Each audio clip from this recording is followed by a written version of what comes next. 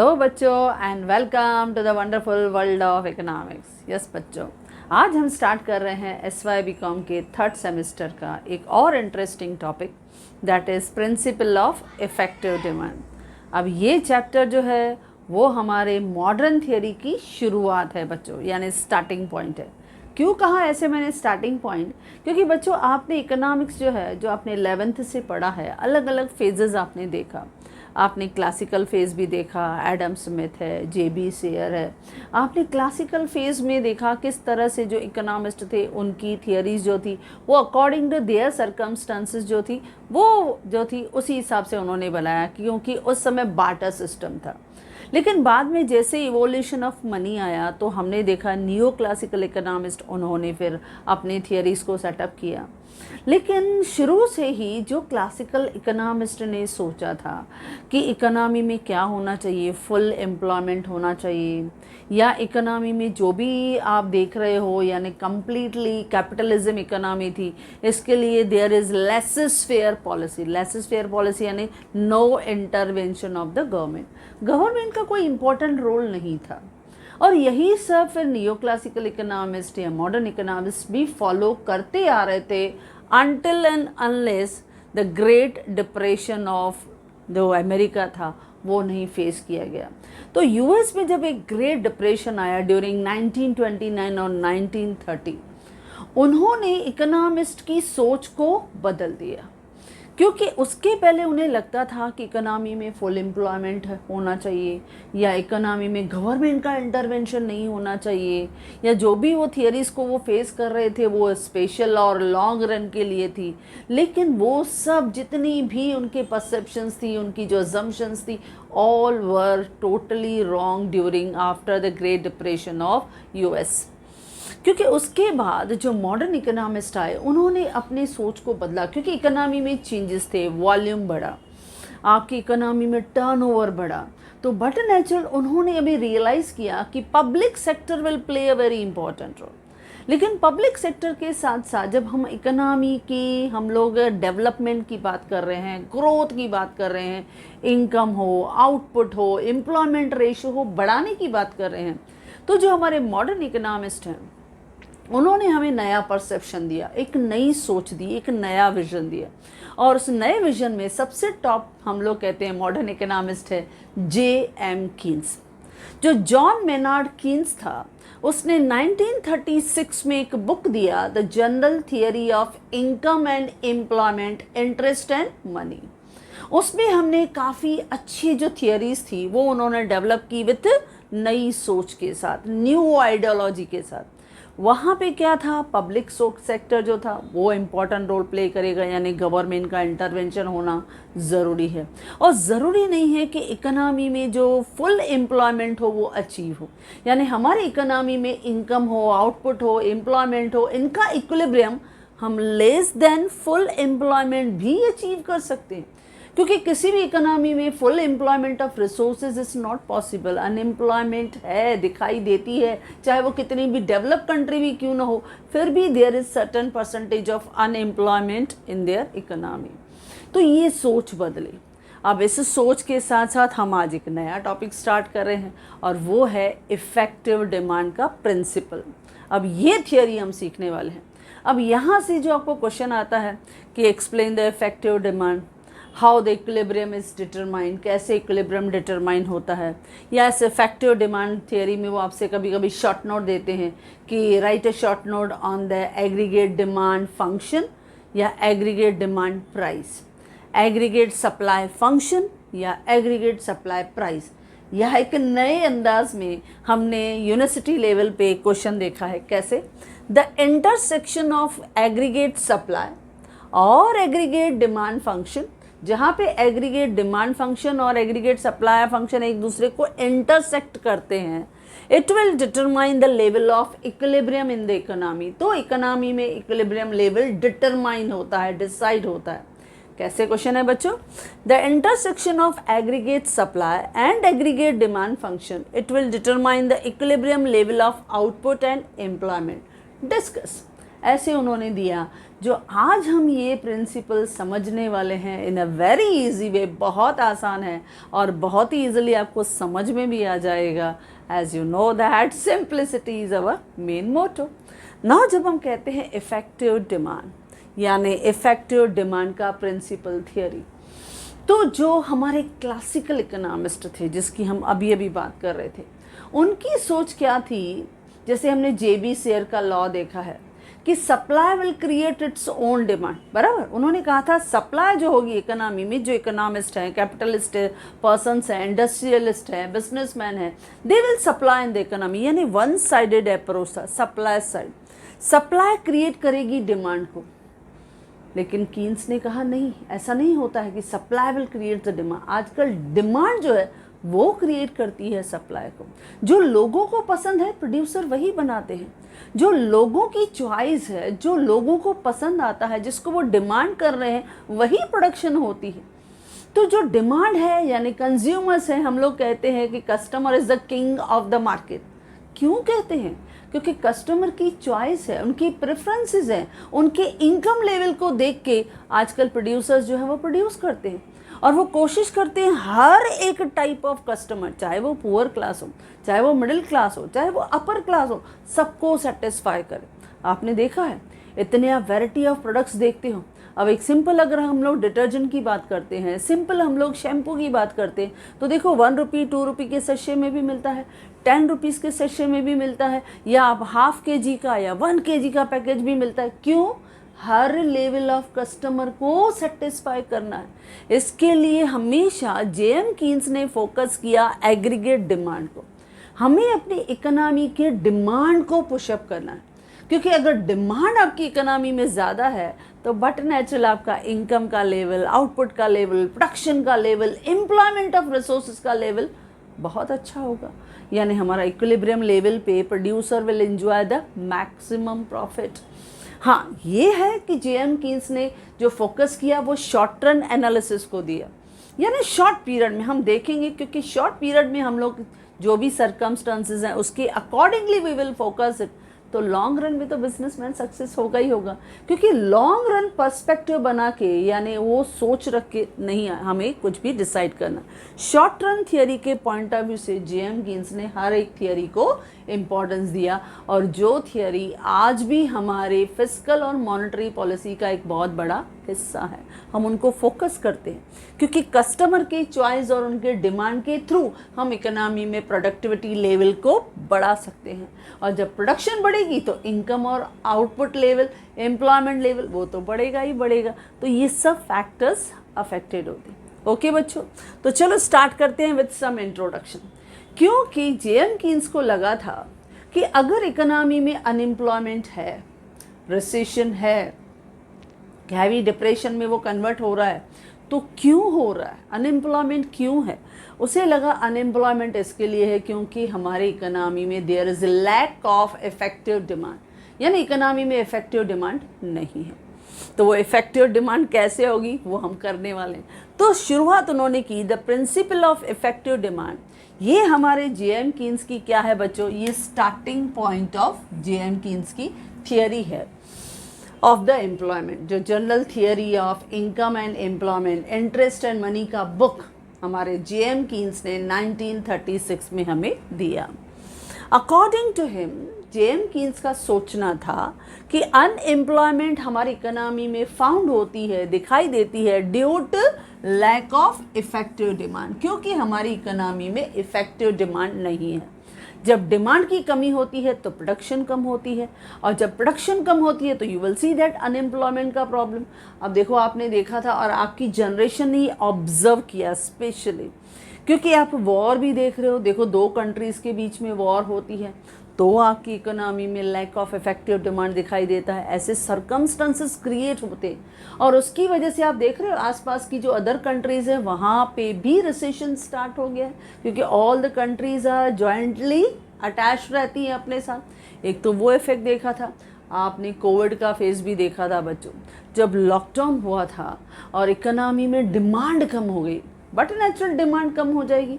अब डिमांड कम हो गई तो प्रोड्यूसर्स ने क्या किया, जब प्रोडक्शन ही बंद कर दी, बहुत से लेबर्स को उन्होंने अपने फैक्ट्रीज जो थे, बिजनेसेस जो थे, शॉप थे, मॉल थे या डिपार्टमेंट स्टोर थे, उनके शटर्स ही डाउन थे। तो क्या थे, सब लेबर क्या थे, अनएम्प्लॉयड थे। तो अनएम्प्लॉयमेंट क्यों दिखाई देती है, because of lack of effective demand. और आप इसको बहुत अच्छी तरह से आपने अपने सराउंडिंग में ये ऑब्जर्व किया है। तो ये इफेक्टिव डिमांड है। Employment can be raised by increasing the level of effective demand. और हम एम्प्लॉयमेंट को बढ़ा सकते हैं अगर डिमांड बढ़ेगी, तो बट नेचुरल डिमांड बढ़ेगी तो हमें आउटपुट बढ़ाना है, प्रोडक्टिविटी बढ़ाना है, इन्वेस्टमेंट बढ़ेगी और ओवरऑल एम्प्लॉयमेंट ऑफ रिसोर्सेज भी बढ़ेगा। तो इफेक्टिव डिमांड को फोकस करेंगे बच्चों, तो बट नेचुरल आपका एम्प्लॉयमेंट ऑफ रिसोर्सेज भी बढ़ेगा। नेक्स्ट आता है इफेक्टिव डिमांड। जब हम इफेक्टिव डिमांड की बात करते हैं तो इफेक्टिव डिमांड एक वो पॉइंट है जिस पे आपका एग्रीगेट डिमांड का जो है इंटरसेक्ट द एग्रीगेट सप्लाई का।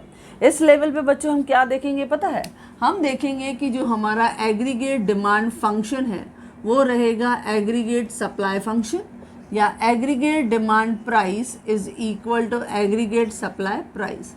ये हमें जनरली हमारी इकोनॉमी में दिखाई देगा। जब दोनों इक्वल हो जाते हैं, बैलेंस हो जाते हैं, ऐसा इक्विलिब्रियम हमें इकोनॉमी में दिखाई देता है। चाहे वहाँ पे हमारी फुल एम्प्लॉयमेंट नहीं भी होगा ना रिसोर्सेज का, तो भी चलेगा, हम प्रूव करेंगे आज ही। यानी क्लासिकल इकोनॉमिस्ट जो हमें काफ़ी अच्छी थियरी उन्होंने दिया था, लेकिन उनमें मेन ये था कि उनका एम्प्लॉयमेंट लेवल जो इक्विलिब्रियम लेवल है उसमें क्या था, फुल एम्प्लॉयमेंट, गवर्नमेंट का इंटरवेंशन नहीं था और लॉन्ग रन उन्होंने पर्सपेक्टिव लिया था। लेकिन उन्होंने इस जेएम कीन्स ने इस थियरी को थोड़ा एक अलग एंगल से, एक अलग विजन से तैयार किया। तो उन्होंने क्या दिखाया, effective demand is a point जहां पे आपका एग्रीगेट डिमांड का इंटरसेक्ट एग्रीगेट सप्लाई का। अब इसका जो एग्रीगेट डिमांड की जब हम बात करते हैं तो एग्रीगेट डिमांड क्या है बच्चों, aggregate demand is the demand for various goods and services in the economy. अब बच्चों जब हमने SY BCom के थर्ड सेमेस्टर की जर्नी चालू की तो हमने उसमें डिस्कस किया कि जब हम इकोनॉमी में डिमांड देखते हैं तो डिमांड हमने जो पूरा नेशनल इनकम का हमने फ्लो किया था वो 2 सेक्टर इकोनॉमी में भी किया, 3 सेक्टर इकोनॉमी में भी किया, 4 सेक्टर इकोनॉमी में किया। बराबर बच्चों, हमने ये सब थियरीज मैंने आपके साथ शेयर की है। अब जब हम देखते हैं कि अगर यही हमारे इकोनॉमी की एग्रीगेट डिमांड जो हम देख रहे हैं, अगर हमारा एग्रीगेट डिमांड 2 सेक्टर इकोनॉमी में है तो उसके 2 इम्पॉर्टेंट हिस्से रहते हैं, कंजम्पशन और इन्वेस्टमेंट, यानी कंजम्पशन की डिमांड और इन्वेस्टमेंट की डिमांड। इस कंजम्पशन की डिमांड में हमारा कुछ हिस्सा ऑटोनॉमस होता है, कंपल्सरी, और कुछ होता है इंड्यूस्ड, क्योंकि जितना लेवल ऑफ इनकम बढ़ेगा हमारा कंजम्पशन लेवल बढ़ेगा। सिमिलरली इन्वेस्टमेंट में भी वैसा ही रहता है।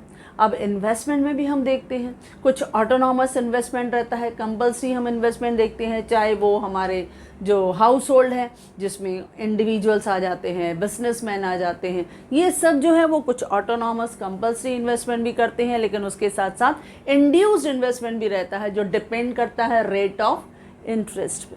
लेकिन 2 सेक्टर इकोनॉमी में हमें जनरली जो एग्रीगेट डिमांड है वो क्या दिखता है, कंजम्पशन और इनकम, इन्वेस्टमेंट डिमांड, यानी हम अपने इनकम का मैक्सिमम हिस्सा जो है वो कंजम्पशन की तरफ डाइवर्ट करते हैं और जो बचा हुआ सेविंग है वही हम कन्वर्ट करते हैं किस में, इन्वेस्टमेंट में। ये था 2 सेक्टर इकोनॉमी की सोच। लेकिन 3 सेक्टर इकोनॉमी भी हमने देखा था जिसमें एग्रीगेट डिमांड क्या था बच्चों, जिसमें गवर्नमेंट की एंट्री हो गई थी। इसमें 3 सेक्टर इकोनॉमी था।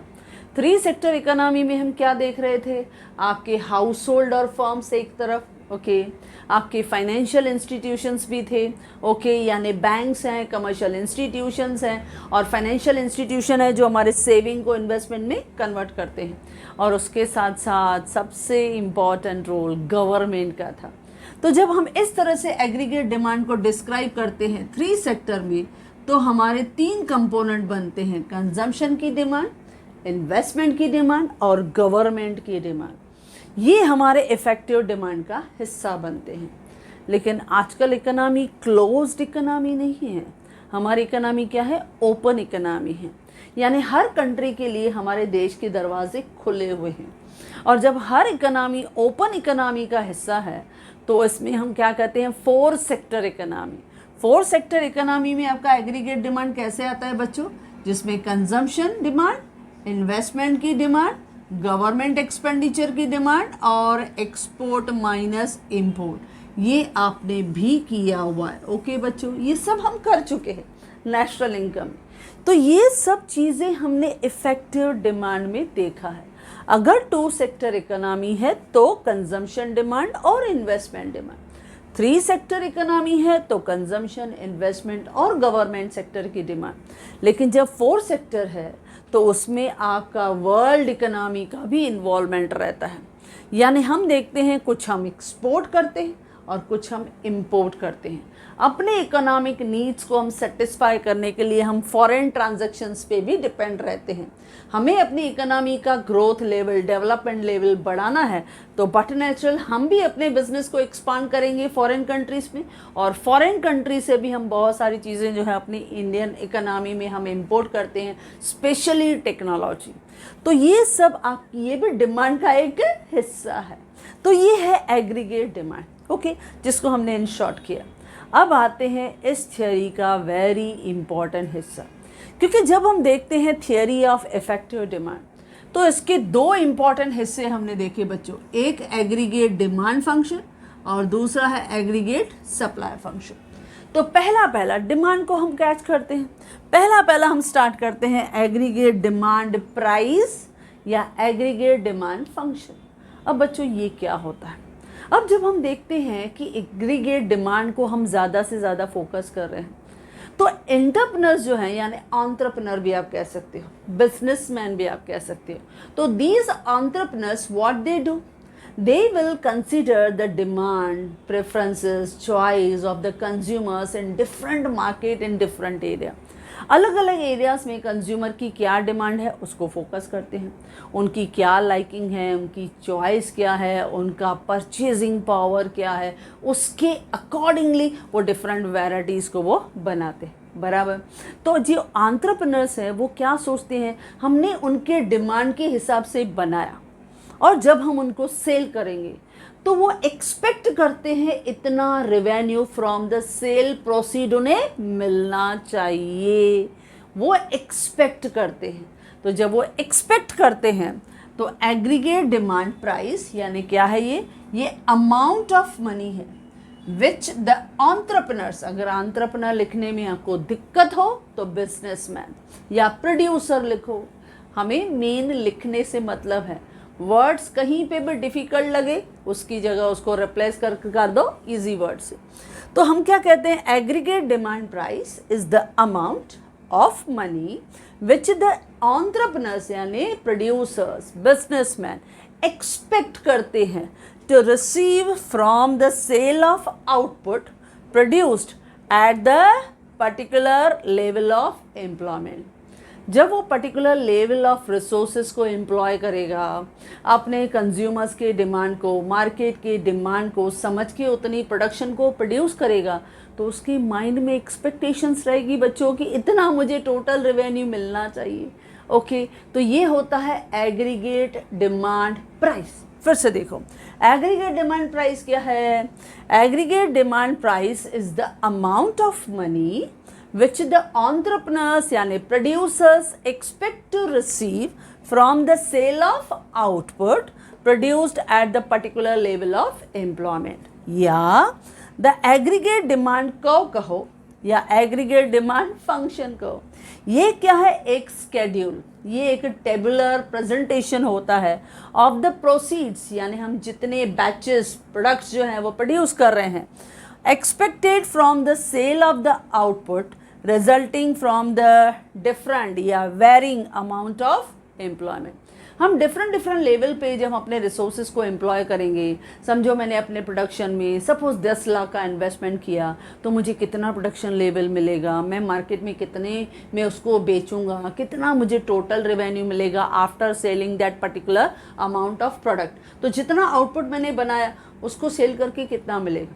हाँ, अगर मैंने 20 lakhs का इन्वेस्टमेंट किया, ज़्यादा रिसोर्सेज अगर इन्वेस्ट किए, उसमें से मुझे कितना आउटपुट मिलेगा, उसको जब मैं सेल करूँगा तो मुझे कितना मिलेगा। इसके लिए हमने कहा इस तरह की कैलकुलेशन बिजनेसमैन अपने माइंड में रखता है। तो एग्रीगेट डिमांड कर्व या एग्रीगेट डिमांड फंक्शन, ये क्या है, एक शेड्यूल है ऑफ डिफरेंट प्रोसीड्स यानी different level expected from the sale of output resulting from the different amount of employment. जब डिफरेंट लेवल पे अपने रिसोर्सेज को वो एम्प्लॉय करेगा तो उसे कितना उसमें से रिटर्न मिलेगा।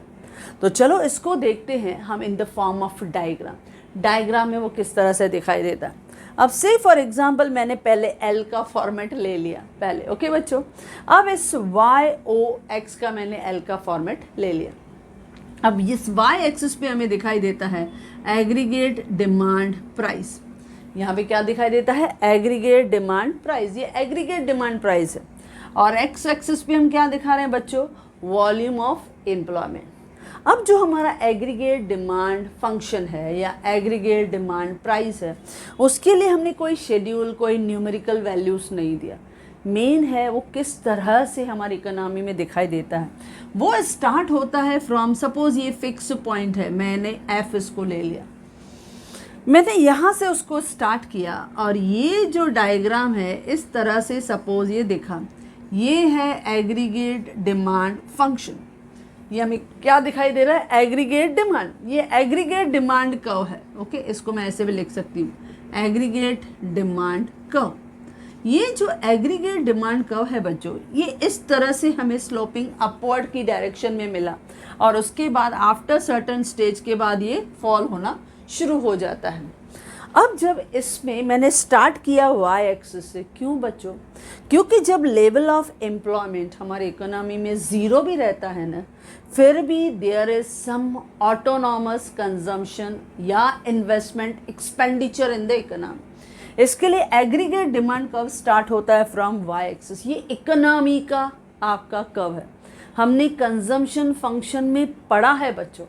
भले हमारी इकोनॉमी में हमारा income, aggregate income level zero भी है, फिर भी हमारा कंजम्पशन है। यानी हम अपनी इकोनॉमी में जैसे से फॉर एग्जांपल कमा रहे हैं या नहीं कमा रहे हैं, भूख तो लगेगी, खाना तो खाना है, बेसिक नीड्स को तो सेटिस्फाई करना है। तो अगर हमारे पास इनकम नहीं भी है तो वी विल बोरो इट, हम बोरो करेंगे या हम this saving, what ever saving है हमारे पास, हम लोग उसको सेल करेंगे, लेकिन हम अपने ऑटोनॉमस डिमांड को एनी हाउ सेटिस्फाई करेंगे। इसके लिए at zero level of employment में भी हमारे इकोनॉमी का एग्रीगेट डिमांड दिखाई देता है बच्चों, चाहे भले वो नेगेटिव हो, लेकिन दिखाई देता है। यानी डिस सेविंग से हम लोग एडजस्ट करते हैं, ये हमने कंजम्पशन फंक्शन में पढ़ा है बच्चों। तो ये है एग्रीगेट डिमांड कर्व जो स्लोपिंग अपवर्ड है फ्रॉम लेफ्ट टू राइट, ये हमें दिखाई देता है। यानी यहाँ पे हमें क्या दिखाई देता है बच्चों, कि यहाँ पे जैसे जैसे आपकी इकोनॉमी में लेवल ऑफ एम्प्लॉयमेंट, इनकम बढ़ेगा, जैसे जैसे level of income, output, employment बढ़ेगा, वैसे वैसे लोगों की डिमांड जो है वो बढ़ती जाएगी। यानी people will demand more and more, they will consume more and more, they will invest more and more with increasing in the volume of employment. लेकिन हाँ, एक चीज़ रहती है, जब इनकम ऑफ पीपल बढ़ता है तो लोग कंज्यूम तो ज़्यादा करते हैं लेकिन विथ स्मॉल प्रोपोर्शन, यानी उनका कंजम्पशन बढ़ता है बट एट डिमिनिशिंग रेट। अब कैसे बच्चों, से फॉर एग्जांपल अब मैं आपको दिखा रही हूँ, से अब यहाँ पे मैंने दिखा दिया एक पॉइंट है। अब से फॉर एग्जांपल यहाँ प्राइस था P। अब इस प्राइस पे हमारी इकोनॉमी में हमारा जो रिसोर्सेज था हमने एम्प्लॉय किया था ON लेवल ऑफ, हमने रिसोर्सेज को एम्प्लॉय किया था। अब इस ON लेवल पे आपकी इकोनॉमी में प्राइस यानी एग्रीगेट डिमांड प्राइस क्या था, P। अब सपोज आपकी इकोनॉमी में हमने रिसोर्सेज ज़्यादा एम्प्लॉय किए, ओके, सपोज N1 इस लेवल पे, तो यू विल सी दैट जैसे ही आपकी इकोनॉमी में ज़्यादा रिसोर्सेज एम्प्लॉय हुए तो आपकी इकोनॉमी इनकम बढ़ा, आउटपुट बढ़ा। अब इनकम बढ़ा, आउटपुट बढ़ा तो लोग ज़्यादा उसमें खर्चा करेंगे। अब ज़्यादा खर्चा करेंगे, डिमांड बढ़ेगी तो प्राइस भी बढ़ेगी, तो प्राइस भी बढ़ा। लेकिन वैसा बढ़ा ज़्यादा, लेकिन यहाँ इफेक्ट आया कम। और आपकी इकोनॉमी में देखो, आपकी इकोनॉमी में और आपके रिसोर्सेज को मैं बढ़ा रही हूँ, N2 देखो, और रिसोर्सेज बढ़ा तो देखो आपकी इकोनॉमी में इस लेवल पे जब हम इफेक्ट देखते हैं प्राइस में तो देखो कम आया P2, देखो कितना लेवल कम हो गया। क्योंकि बट नेचुरल इफेक्ट होता है कि अगर हम लोग 100 रुपया कमा रहे हैं और मैंने 100 रुपया ही खर्चा कर लिया, यानी मैंने 100% अपनी इनकम का खर्चा कर लिया, बाद में जैसे इनकम बढ़ी तो हम लोग क्या करते हैं, अपना कंजम्पशन भी बढ़ाते हैं लेकिन डिमिनिश कर देते हैं। जैसे पहले मैंने अपनी कंजम्पशन का 100% खर्चा कर दिया, बाद में क्या करेंगे, धीरे धीरे इनकम बढ़ी तो 95% खर्चा करेंगे, 5% सेविंग बढ़ा। फिर जैसे इनकम बढ़ी तो फिर हम उसका 90% खर्चा करेंगे, 10% सेविंग हुआ। फिर इनकम बढ़ी तो हम उसका 85% खर्चा करेंगे, कंजम्पशन करेंगे ज़्यादा लेकिन हमारा सेविंग का परसेंटेज जो रेशो रहेगा, प्रपोर्शन रहेगा वो बढ़ता जाएगा, लेकिन कंजम्पशन डिमिनिशिंग पे होती है। और वो इफेक्ट दिखाई देता है एग्रीगेट डिमांड प्राइस या एग्रीगेट डिमांड फंक्शन पे। इसके लिए जब आउटपुट बढ़ता है, एम्प्लॉयमेंट बढ़ती है, तो एग्रीगेट डिमांड प्राइस भी बढ़ती है लेकिन वो एट ए डिमिनिशिंग रेट। ओके बच्चों, तो देखो ये था पहला डायग्राम। एक्स एक्सिस पे क्या है बच्चों, that is volume of employment. Y axis पे क्या है बच्चों, एग्रीगेट डिमांड फंक्शन बोलो या एग्रीगेट डिमांड प्राइस बोलो, ठीक है। अच्छा, ए डी जो है एग्रीगेट डिमांड फंक्शन का जो है या एग्रीगेट डिमांड का जो है, आप ऐसे भी लिख सकते हो एग्रीगेट डिमांड का, कुछ भी लिख सकते हो, that is sloping upward from left right, बराबर। ये क्या दिखाता है, as the volume of employment increases, जितना बढ़ता है, as the income and output increase the people demand more and more goods, but when the income of people increase they will spend smaller portion of their income on consumption। वो थोड़ा थोड़ा करते हैं, यानी as output and employment increases, aggregate आपका price, demand price, it is also increases but at diminishing rate। ये blank भी आता है बच्चों, तो कुछ ऑब्जेक्टिव्स हैं जो हम थियोरी के साथ साथ एक्सप्लेन करते हैं। ओके बच्चों, तो ये था एग्रीगेट डिमांड फंक्शन। अब हम देखते हैं एग्रीगेट सप्लाई फंक्शन। अब जब हम सप्लाई की बात करते हैं, ये एग्रीगेट सप्लाई फंक्शन कहो, एग्रीगेट सप्लाई प्राइस कहो, ये क्या। अब जब हमने देखा कि प्रोड्यूसर्स ने देखा मार्केट में इतनी डिमांड है, तो उस डिमांड को सेटिस्फाई करने के लिए प्रोड्यूसर ने क्या किया होगा, कॉस्ट इंकर किया होगा, एक्सपेंडिचर इंकर किया होगा। उन्होंने लैंड एंड बिल्डिंग पे, प्लांट एंड मशीनरी पे, रॉ मटेरियल पे, लेबर्स पे, फ्यूल पे, पावर पे खर्चा किया होगा। तो उस तरह का उन्होंने जब खर्चा किया होगा तो ये क्या है, एग्रीगेट सप्लाई प्राइस।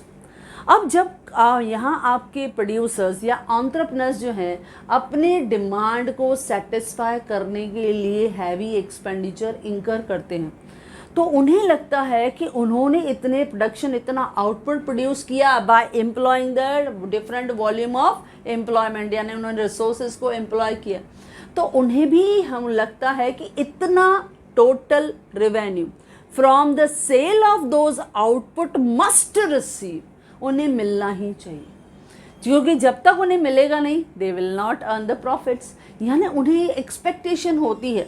हमने जब एक्सपेक्टेशन की बात की तो वो क्या था, डिमांड फंक्शन। लेकिन जब हम एग्रीगेट सप्लाई प्राइस देखते हैं बच्चों, तो ये क्या है, एग्रीगेट सप्लाई यानी AS, aggregate supply refers to, यानी it means the value of total output of the economy at different level of output, यानी कितना लेवल ऑफ एम्प्लॉयमेंट जो है उस लेवल पे, यानी डिफरेंट लेवल ऑफ आउटपुट या डिफरेंट लेवल ऑफ एम्प्लॉयमेंट भी हम कह सकते हैं, eight a different level of employment. हम अपने लेवल पे कितने रिसोर्सेज को एम्प्लॉय करते हैं, उस पे आपको टोटल आउटपुट कितना मिलेगा। तो aggregate supply refers to the total value of output the economy will get at the different level of employment. Okay, easy हो गया। या एग्रीगेट सप्लाई प्राइस, ये क्या है, it is the total amount, ये टोटल अमाउंट ऑफ मनी है जो हर एक एंटरप्रेन्योर को ज़रूरी, उन्हें उम्मीद नहीं, अभी उन्हें कंपल्सरी चाहिए। तो aggregate supply price is the total amount of money which all the entrepreneurs यानी प्रोड्यूसर्स या businessman in the economy must receive, देखो पक्का पक्का मिलना चाहिए, must receive from the sale of output जो उन्होंने प्रोड्यूस किया है, produced by at any given level of employment. जो भी उन्होंने रिसोर्सेज एम्प्लॉय किया है, उन्होंने बिजनेस में 1 करोड़ लगाया है, 5 करोड़ लगाया है, 10 करोड़ लगाया है, 100 करोड़ लगाया है, तो उनके बाद उनकी जो प्रोडक्शन बनी है, जो उन्होंने कॉस्ट इंकर की है, इतना तो उन्हें सेल में से मिलना चाहिए कि उनकी कॉस्ट कवर होने के बाद उनको नॉर्मल प्रॉफिट मिले, उनको प्रॉफिट्स मिले। तो क्या हो गया बच्चों, aggregate supply price is the total amount of money which all the entrepreneurs in the economy must receive, मिलना ही चाहिए, from the sale of output produced by at any given level of employment, यानी different level of employment भी लिख सकते हो, at a different या varying level of employment. या एग्रीगेट सप्लाई कर्व या एग्रीगेट सप्लाई फंक्शन, देखो मैंने अलग अलग डेफिनेशन दिए, आप कोई भी एक लर्न करो। तो एग्रीगेट सप्लाई कर्व और एग्रीगेट सप्लाई फंक्शन ये क्या है, एक स्केड्यूल है, ये एक टेबुलर प्रेजेंटेशन है जो एक बिजनेसमैन अपने इस पूरे प्लानिंग का एक हिस्सा करके वो बना के रखता है, जहाँ पे वो हमेशा वो कोशिश करता है कि उतना रिटर्न उसे उस सेल में से मिलना चाहिए। तो एग्रीगेट सप्लाई कर्व या aggregate supply function is the schedule of minimum amount of proceed यानी सेल प्रोसीड में से इज रिक्वायर्ड टू इंड्यूस यानी to attract the entrepreneurs to provide the different amount of employment, यानी इतना तो भाई उन्हें मिलना चाहिए कि कम से कम वो अपने प्रोडक्शन को आगे और कंटिन्यू करें, क्योंकि प्रोड्यूसर्स को लगेगा, एंटरप्रेन्योर्स को लगेगा कि if I am getting a good return, मुझे अच्छा रिटर्न मिल रहा है यानी मेरी मेहनत सफल है, तो बट नेचुरल वो आगे काम करता रहेगा और आगे अपने जितने भी इकोनॉमी में कस्टमर्स की टेस्ट है उनको सेटिस्फाई करने की कोशिश करेगा। तो एग्रीगेट सप्लाई में क्या होता है, हर बिजनेसमैन जो है वो क्या करता है, वो एक मिनिमम अमाउंट ऑफ प्रोसीड यानी सेल प्रोसीड में से उसे मिलना ही चाहिए to induce the entrepreneurs to provide the different amount of employment. उसने जितना खर्चा किया है उतना तो उसे विथ नॉर्मल प्रॉफिट के साथ रिटर्न होना ही चाहिए। तो ये है एग्रीगेट सप्लाई प्राइस। अब देखो बच्चों, ये एग्रीगेट सप्लाई प्राइस हम डायग्राम में किस तरह से दिखाते हैं, लेट्स सी। अब इसको भी हम डायग्राम से कवर करते हैं, लेट्स सी। पहले हम अलग अलग करेंगे और फिर हम डिटरमाइन करेंगे, दैट इज आपका जो मेन प्रिंसिपल है इफेक्टिव डिमांड का, वो कैसे दिखाई देता है। अब देखो, पहले हमेशा हमारा क्या रहता है, एल का फॉर्मेट। पहले तो एल का फॉर्मेट निकालो बच्चों, Y O X, X axis पे क्या दिखाओगे, वॉल्यूम ऑफ एम्प्लॉयमेंट, ओके। पहला काम तो ये हो गया।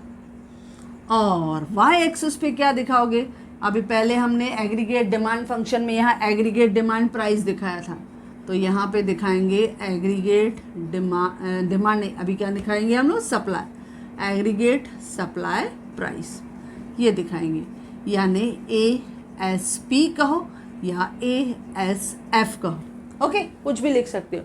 तो ये एग्रीगेट सप्लाई प्राइस। अब जो एग्रीगेट सप्लाई कर्व है वो हमें किस तरह से दिखाई देता है, वो इस तरह से, वो आपका आउटपुट इस तरह से ज़ीरो लेवल से स्टार्ट होगा, धीरे धीरे production will go on increase.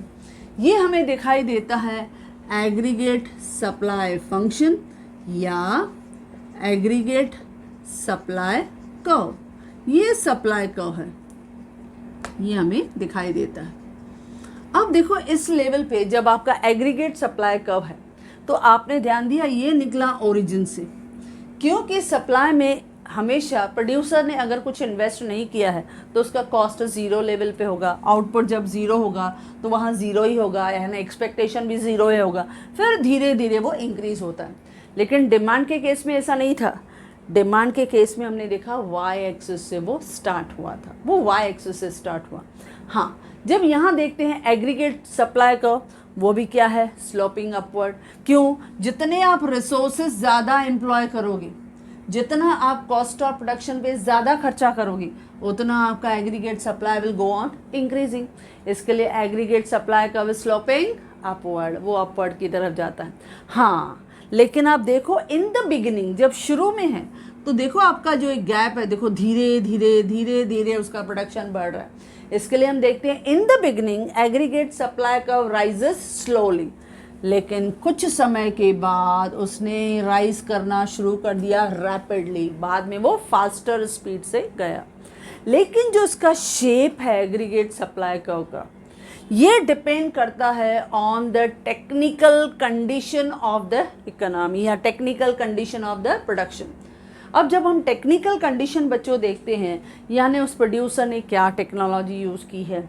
अब उस टेक्नोलॉजी में जब मार्जिनल कॉस्ट यानी additional cost for producing one more unit, अगर वो पॉजिटिव है, क्योंकि जनरली हम लोग देखते हैं जितना जितना वो प्रोडक्शन ज़्यादा करेगा, रॉ मटेरियल कॉस्ट जो है वो भी ज़्यादा रहेगा। इसके लिए मतलब अगर उसका कॉस्ट बढ़ रहा है तो उसका लेवल ऑफ एम्प्लॉयमेंट जो है वो इंक्रीज़ हो रहा है, जिसकी वजह से कॉस्ट भी बढ़ रही है। तो उसको लगेगा कि अभी I will get more return from this aggregate supply price, तो वो प्राइस को थोड़ा बढ़ा देगा, प्राइस बढ़ जाएगी। तो हमेशा ये देखा जाता है कि एग्रीगेट सप्लाई कर्व जो है उसका शेप किस पे डिपेंड करता है, on the technical condition of the production, वो क्या है। क्योंकि कभी कभी प्रोड्यूसर्स क्या एंजॉय करते हैं, economies of large scale production. जैसे जैसे प्रोडक्शन बढ़ता जाएगा फिर हम देखते हैं पर यूनिट कॉस्ट जो है वो कम होता है। लेकिन हमने लॉज ऑफ रिटर्न में देखा है, सिर्फ ऐसा नहीं कि इकोनॉमीज ऑफ रिटर्न में हम देखते हैं, कभी कभी क्या होता है, डिमिनिशिंग रिटर्न होता है जब प्रोड्यूसर को ज़्यादा फ़ायदा होता है, कभी कभी कांस्टेंट रिटर्न होता है, कभी कभी डिमिनिशिंग रिटर्न होता है। अब जब डिमिनिशिंग रिटर्न होता है तो रिटर्न कम हुआ लेकिन कॉस्ट बढ़ रही है, तो वहाँ जो है वो प्राइस उसे फिर बढ़ाना पड़ेगा। तो ये सब चीज़ें जो है वो हमें एग्रीगेट सप्लाई कर्व में दिखती हैं। तो इस तरह से वो एग्रीगेट सप्लाई कर्व जो है वो हमें अपवर्ड स्लोपिंग में दिखता है। लेकिन वो कुछ हद के बाद आपने देखा वो ऐसे वर्टिकल शेप में हो गया। जब ये हद हो जाती है ना, इसको हम कहते हैं जेड पोजीशन, जिसके बाद वो जो कर्व है वो फ्लैटर पोजीशन पे आ जाता है। जब हम इसको जेड पोजीशन कहते हैं ना, जब यहाँ इस लेवल पे आ गया, यानी उस समय आपके इकोनॉमी में कौन सी पोजीशन है, एनएफ, यानी आपके जितने भी रिसोर्सेज थे, उनका जितने भी नंबर ऑफ रिसोर्सेज थे वो फुल्ली एम्प्लॉयड हो गए। उसके बाद पॉसिबल नहीं है और लेबर्स को या और रिसोर्सेज को एम्प्लॉय करना। उसके बाद एग्रीगेट सप्लाई अगर उसमें हम और बढ़ाते हैं, सप्लाई और करते हैं, कॉस्ट बढ़ेगा लेकिन कैसा जाएगा, वो वर्टिकल जाएगा। उस इकोनॉमी में आपका क्या दिखाई देता है, फुल एम्प्लॉयमेंट लेवल दिखाई देता है। तो ये हमें किस में दिखाई देता है बच्चों, एग्रीगेट सप्लाई प्राइस में। देखो इसका भी एक्सप्लेनेशन लिखना आसान। एक्स एक्सिस पे क्या है, volume of employment, Y axis पे क्या है, एग्रीगेट सप्लाई प्राइस। जो आपका एग्रीगेट सप्लाई कर्व है, it is sloping upward to the right, from left to right. Okay, अच्छा, सेकंड, एग्रीगेट सप्लाई कर्व जो है it is rising upward slowly in the beginning, but after some time it is growing, it is sloping upward rapidly. बाद में वो थोड़ा fast speed से गया। कैसे बच्चों, लेट्स सी। जब हम देखते हैं यहाँ पे, अब देखो प्राइस यहाँ पे P1 है, आपकी रिसोर्सेज एम्प्लॉयमेंट N1 है। लेकिन जैसे ही हम इस लेवल पे आते हैं, देखो प्राइसेस बढ़ा, रैपिडली हुआ, आपका रिसोर्सेज N2, ये प्राइस P2। और आ जाओ देखो इस लेवल पे, फिर प्राइस P3 और यहाँ पे हमने दिखाया N3। तो देखो ये आपका जो पोजीशन है, पोस्चर है, इसके बाद वो रैपिडली ऊपर गया, ये पोजीशन आपको दिखाई देगा। तो ये पहले धीरे धीरे स्लोली प्राइसेस बढ़ रही थी, बाद में एकदम रैपिडली हो जाती, तो ये भी हमें एग्रीगेट सप्लाई में बढ़ जाते हैं। लेकिन ये पोजीशन ऐसा था, इसके बाद आपका एग्रीगेट सप्लाई कर्व क्या हो गया बच्चों, फ्लैट हो गया। फ्लैट यानी वर्टिकल हो गया, पैरेलल टू वाई एक्सिस। यहाँ पे हमें क्या दिखता है कि हमारी इकोनॉमी की जो फुल्ली रिसोर्सेज थे उनका वॉल्यूम जो है वो एम्प्लॉयड हो गया, तो ये पोजीशन भी हमें दिखाई देती है। अब है डिटर्मिनेशन ऑफ इफेक्टिव डिमांड। अब आते हैं आपकी मेन थियरी। अब हमने एग्रीगेट डिमांड फंक्शन भी देखा, एग्रीगेट डिमांड कर्व भी देखा, एग्रीगेट सप्लाई कर्व भी देखा। अब है डिटर्मिनेशन ऑफ इफेक्टिव डिमांड। अब आपका इफेक्टिव डिमांड वहाँ दिखाई देता है जब आपकी इकोनॉमी में aggregate demand is equal to aggregate supply. Effective demand कहाँ दिखाई देता है बच्चों? Let's C.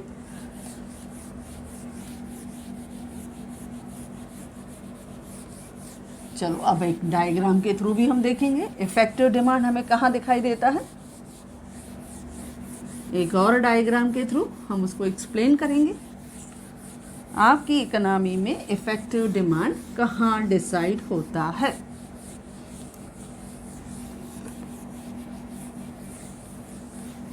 Let's see. अब देखो आपकी इकोनॉमी में इफेक्टिव डिमांड वहाँ दिखाई देता है जहाँ पे aggregate demand is equal to aggregate supply. Okay बच्चों, ये दोनों इक्वल हैं। या कहो aggregate demand function is equal to aggregate supply function, या कहो aggregate demand price is equal to aggregate supply price.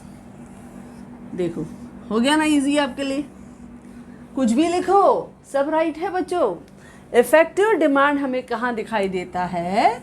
जहाँ पे aggregate demand is equal to aggregate supply, या aggregate demand function is equal to aggregate supply function, aggregate demand price is equal to aggregate supply price.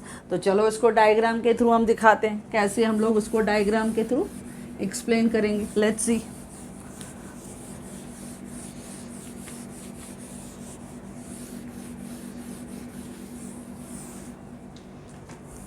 पहले तो हमें क्या चाहिए बच्चों? L का फॉर्मेट। पहले फर्स्ट एल का फॉर्मेट। चलो ये एल का फॉर्मेट हो गया, वाई ओ एक्स। ओके बच्चों, अब यहाँ पे हम क्या दिखाते हैं? एक्स एक्सिस पे यहाँ दिखाते हैं volume of employment, volume of employment. अब आपके वाई एक्सिस पे हमें क्या मिलेगा बच्चों? रिसिप्ट्स। या आप रिसिप्ट्स लिखो या आप यहाँ पे इनकम, जो प्रोड्यूसर्स या एंटरप्रेन्योर को इनकम मिलेगा। ओके बच्चों, अब हम पहले ड्रॉ करेंगे। देखो हमने पहला ये हमें मालूम था एग्रीगेट डिमांड कर्व, तो हमने एग्रीगेट डिमांड कर्व को यहाँ पे फिक्स्ड पॉइंट पे ले लिया। ओके बच्चों, अब ये हमने इस तरह से ले लिया एग्रीगेट डिमांड कर्व। ओके, दिखा दिया एग्रीगेट डिमांड कर्व। और उसके बाद है आपका एग्रीगेट सप्लाई कर्व, जो हमने यहाँ से ले लिया था। ओके, ये हमने दिखा दिया। अब देखो इस एग्रीगेट डिमांड कर्व ने एग्रीगेट सप्लाई कर्व को यहाँ टच किया बच्चों, क्या मिला हमको? यहाँ मिला इक्विलिब्रियम। अब इस इक्विलिब्रियम लेवल पे आप स्ट्रेट यहाँ लेके आओ। अब इस स्ट्रेट लेवल जहाँ इसने टच किया उतना आपका नंबर ऑफ रिसोर्सेज यहाँ इकोनॉमी में एम्प्लॉयड है। यहाँ पे हमारा इक्विलिब्रियम लेवल यानी इफेक्टिव डिमांड डिसाइड हो गया। इफेक्टिव डिमांड कहाँ डिसाइड हुआ?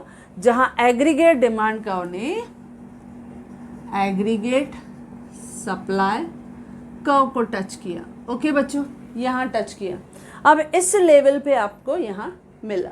अब आपकी इकोनॉमी में यहाँ जहाँ इफेक्टिव डिमांड मिला वहाँ पे ON लेवल जो था वो आपकी इकोनॉमी में डिसाइड हुआ, जबकि हमारे इकोनॉमी में जो फुल एम्प्लॉयमेंट हमें नहीं मिला। पहली बार जेएम कीन्स ने हमें सिखाया कि ज़रूरी नहीं है, क्योंकि हो सकता है हमारे इकोनॉमी के suppose this is the NF level, ये NF लेवल था, इतने लेबर्स जो थे, इतने रिसोर्सेज जो थे वो कम एम्प्लॉयड हुए, नहीं हुआ हमारी इकोनॉमी में फुल एम्प्लॉयमेंट, क्योंकि हमारे इकोनॉमी में मॉडर्न इकोनॉमिस्ट जेएम कीन्स ने पहली बार एक रिवोल्यूशनरी थॉट दिया। और वो रिवोल्यूशनरी थॉट ये था कि क्लासिकल इकोनॉमिस्ट कहते थे हमारी इकोनॉमी में इफेक्टिव डिमांड फुल एम्प्लॉयमेंट पे होगा, लेकिन इसने कहा नहीं, ज़रूरी नहीं है कि इक्विलिब्रियम आपके फुल एम्प्लॉयमेंट लेवल पे हो। आपका इफेक्टिव डिमांड का इक्विलिब्रियम हमें वहाँ पे भी मिल सकता है जहाँ पे फुल एम्प्लॉयमेंट नहीं हो, वहाँ पे भी इकोनॉमी इक्विलिब्रियम लो पोजीशन जो है वो एंजॉय कर सकता है। अब इस इक्विलिब्रियम पे हम क्या देख रहे हैं बच्चों कि इस इक्विलिब्रियम में हमारी इकोनॉमी में ON रिसोर्सेज जो हैं वो एम्प्लॉयड हैं और हमारी इकोनॉमी में इनकम कितना है, EN लेवल। ये EN लेवल जो है वो हमारे प्रोड्यूसर्स को क्या मिल रहा है, इनकम मिल रहा है, बराबर। अब अगर इक्विलिब्रियम से पहले की पोजीशन देखें, बिफोर इक्विलिब्रियम, अगर हम बिफोर इक्विलिब्रियम जा रहे हैं, बिफोर इक्विलिब्रियम, तो बिफोर इक्विलिब्रियम पोजीशन क्या है बच्चों, बिफोर इक्विलिब्रियम आप देख रहे हो एग्रीगेट डिमांड जो है वो एग्रीगेट सप्लाई से ज़्यादा है, यानी आपका एग्रीगेट डिमांड जो है वो ग्रेटर है एग्रीगेट सप्लाई, यानी एग्रीगेट डिमांड फंक्शन पावरफुल है, डिमांड ज़्यादा है तो प्रोड्यूसर अपनी प्रोडक्शन रोकेगा नहीं, क्योंकि डिमांड ज़्यादा है तो वो और ज़्यादा एक्सपेक्ट करेगा कि मुझे और मैक्सिमाइज प्रॉफिट मिले, तो वो कोशिश करेगा। हाँ, लेकिन आफ्टर इक्विलिब्रियम, अगर हम इक्विलिब्रियम के बाद की बात करें, आफ्टर इक्विलिब्रियम, तो इक्विलिब्रियम के बाद आपने देखा एग्रीगेट डिमांड नीचे जा रहा है और सप्लाई ऊपर जा रहा है, तो एग्रीगेट डिमांड जो है वो लेस देन है एग्रीगेट सप्लाई। ये दोनों पोजीशन है। अब प्रोड्यूसर्स जब इस तरह की इकोनॉमी में पोजीशन होती है तो J.M. कीन्स ने कहा हमारी इकोनॉमी में जब हम शॉर्ट पीरियड की बात करते हैं तो यहाँ शॉर्ट पीरियड में अब हमारे पास क्या ऑप्शन है, नंबर 1, या तो एग्रीगेट डिमांड को हम बढ़ाएं ताकि हमारी इकोनॉमी में फुल एम्प्लॉयमेंट ऑफ रिसोर्सेज हो, क्योंकि हमारे पास अभी भी ऐसे कुछ रिसोर्सेज हैं जो एम्प्लॉयड नहीं हैं, या हम लोग एग्रीगेट सप्लाई को बढ़ाएं। अब J.M. कीन्स ने शॉर्ट पीरियड ऑफ 1 ईयर लिया है। अब शॉर्ट पीरियड में हमने किया हुआ है एग्रीगेट सप्लाई जो है वो मोर और लेस कांस्टेंट रहता है, यानी हम सप्लाई तो नहीं बढ़ा सकते लेकिन डिमांड हम बढ़ा सकते हैं शॉर्ट पीरियड में। जब हम डिमांड बढ़ा सकते हैं तो चलो हम देखते हैं डिमांड। अब डिमांड को हम बढ़ा रहे हैं, अब डिमांड को हमने बढ़ा दिया, देखो ऐसे रैंडमली मैंने दिखा दिया। अब ये जब डिमांड बढ़ गया AD1, ये क्या है, इंक्रीज इन डिमांड, ये आपकी इकोनॉमी में डिमांड को हमने बढ़ाया। जब हमने डिमांड को बढ़ाया तो आप देख रहे हो आपकी इकोनॉमी में यहाँ पे मिला आपको नया इक्विलिब्रियम, दैट इज E1, और उसके बाद ये कर्व कैसा गया, वर्टिकल, यानी इस का डायग्राम ने वर्टिकल शेप पकड़ा है। आप ऐसे करके उसको वर्टिकल शेप भी दिखा सकते हो E1 लेवल पे। अब इस E1 लेवल पे जनरली जब आप ड्रॉ करके देखोगे बच्चों तो यू विल सी दैट इस लेवल पे आपकी इकोनॉमी में जब आपने प्रोडक्शन बढ़ाया तो आप देख रहे हो आप अपने ज़्यादा रिसोर्सेज को एम्प्लॉय कर सकते हो, यानी आप अपनी इकोनॉमी में फुल एम्प्लॉयमेंट रिसोर्सेज को एम्प्लॉय कर सकते हो अगर आपने डिमांड बढ़ाया। इसके लिए J.M. कीन्स ने हमेशा अपनी इकोनॉमी में एक नई सोच लाई, और वो नई सोच ये थी कि हमें अगर इकोनॉमी में फुल्ली रिसोर्सेज एम्प्लॉय करने हैं तो किसको ज़्यादा इम्पोर्टेंस देना है, डिमांड को। हमें डिमांड बढ़ानी है। जब हम डिमांड बढ़ाएंगे तो डिमांड बढ़ाने से आपकी इकोनॉमी में प्रोडक्शन ज़्यादा होगा, एम्प्लॉयमेंट ऑफ रिसोर्सेज ज़्यादा होगा। जब एम्प्लॉयमेंट ऑफ रिसोर्सेज ज़्यादा होगा यानी आपकी इकोनॉमी में यू विल सी दैट ये ज़्यादा रिसोर्सेज जो हैं वो यूटिलाइज हो जाएंगी, और जब रिसोर्सेज ज़्यादा यूटिलाइज हो जाएंगे तो हम फुल एम्प्लॉयमेंट के लेवल तक पहुंच सकते हैं।